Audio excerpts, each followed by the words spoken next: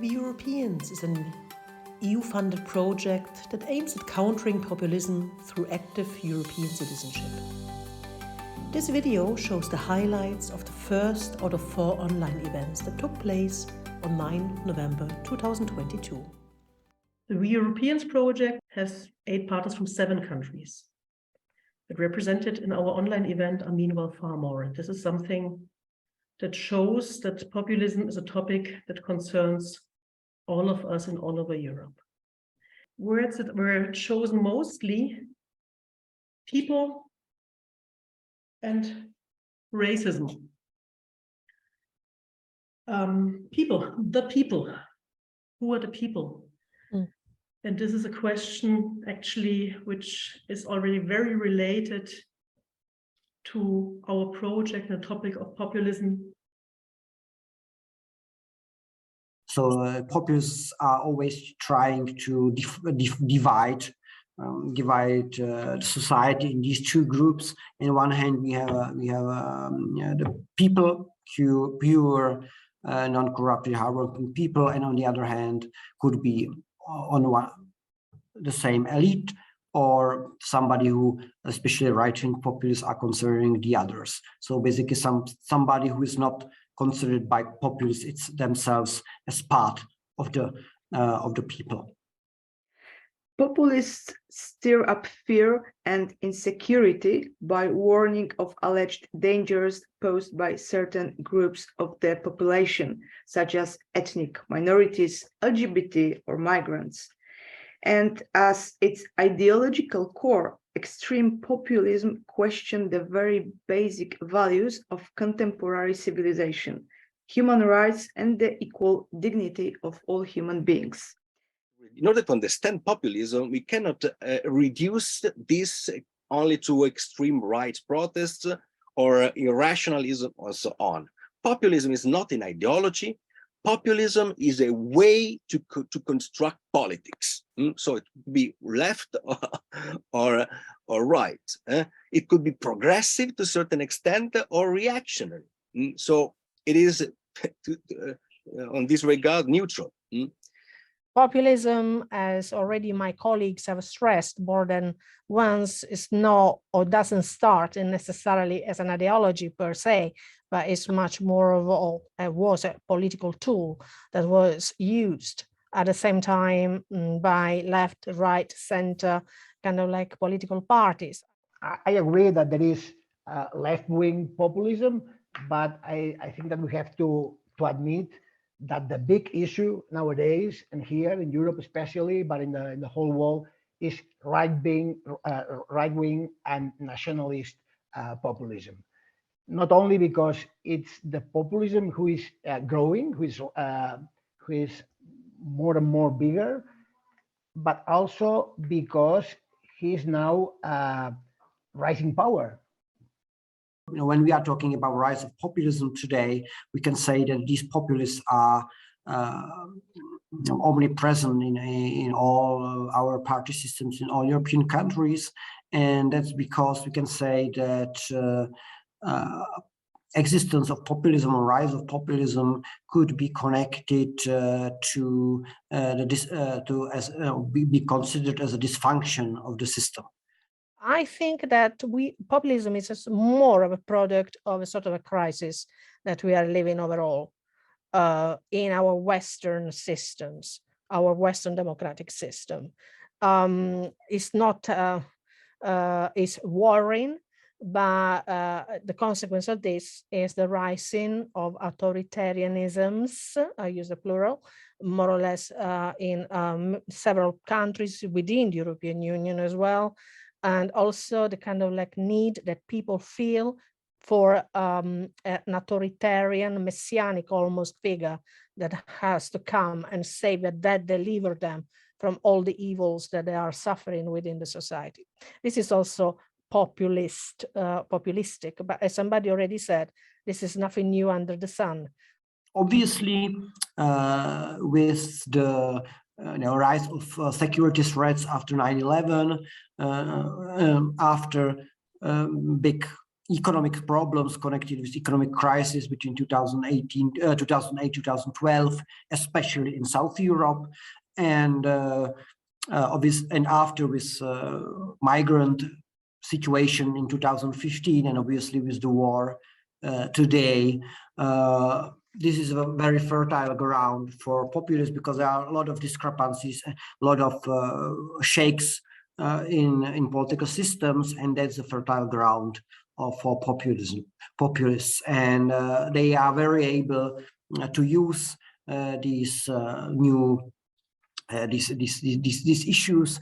They are much more used to operate with social media. If you look like the most followed politicians on social media are usually those considered populists, and they are very able to make this direct connection between them and the people. So people could consider them as one of them, and it's big difference between like this type of approach and old political parties.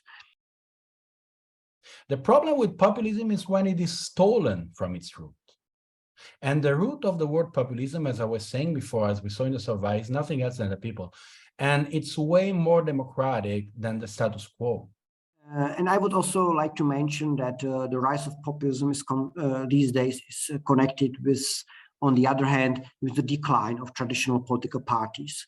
They get smaller and smaller.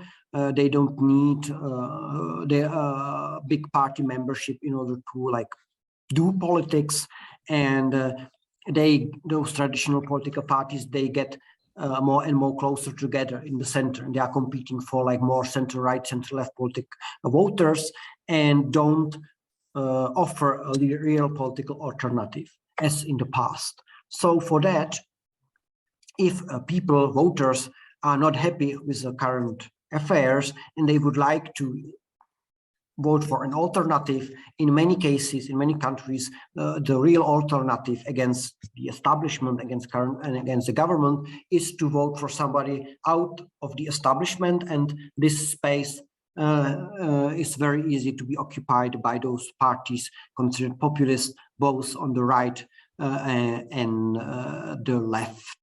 The people, I think, are very much people as the electorate, as people part of a specific community. They obviously are very much disentangled, disentangled from the traditional establishment.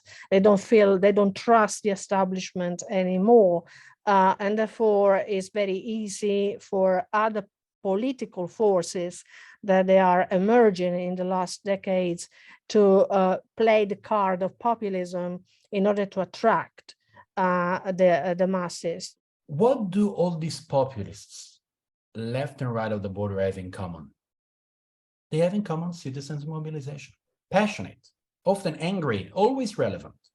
Real, relevant mobilization. So one of the answers brought by all this, but also to be given to all of this, injected into all of this, is raising citizen participation, raising it everywhere. Not ruling off altogether representative democracy, of course not, but expanding democracy, adding to representative democracy, direct democracy, and even more important, participatory democracy, which, if you think about it, it's quite a populist statement. And I agree that right-wing populism works in the pessimism.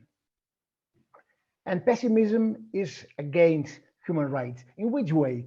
Because the speech of this right-wing populism is, they don't say directly human rights are useless, we have to forget about it. They don't say it directly. But what they say is, well, maybe human rights are okay, but are not possible because human beings, humanity is not able to carry on with human rights. So for instance, we can admit that sometimes torture is not that bad, that can be used. We have to admit that maybe the right to asylum is not realistic because we cannot give this right to asylum to everybody. So refugees cannot get in because we cannot accept them.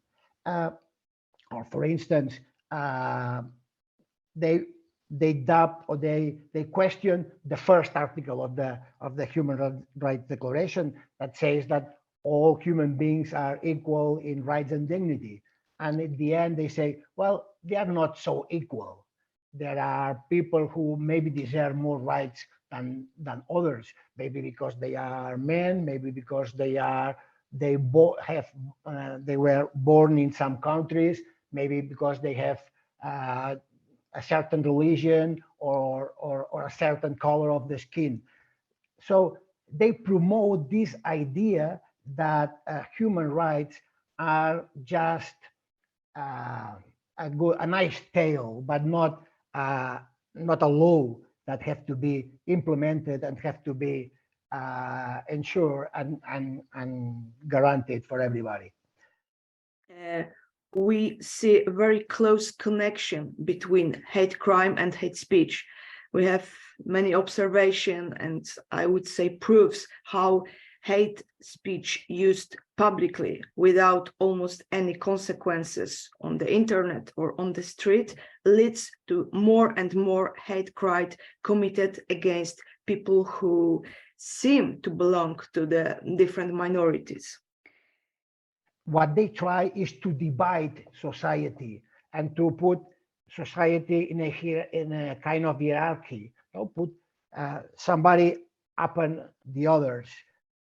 So what we have to do to stop them is to unite different people, different groups of people with interest and different conditions, put all together and find what unites us and put it in value. We have to approach populism not as an alien, because we risk to be the aliens. Not as something exclusively dangerous, different, negative, nefarious, but as something that is part of the zeitgeist that we live in today.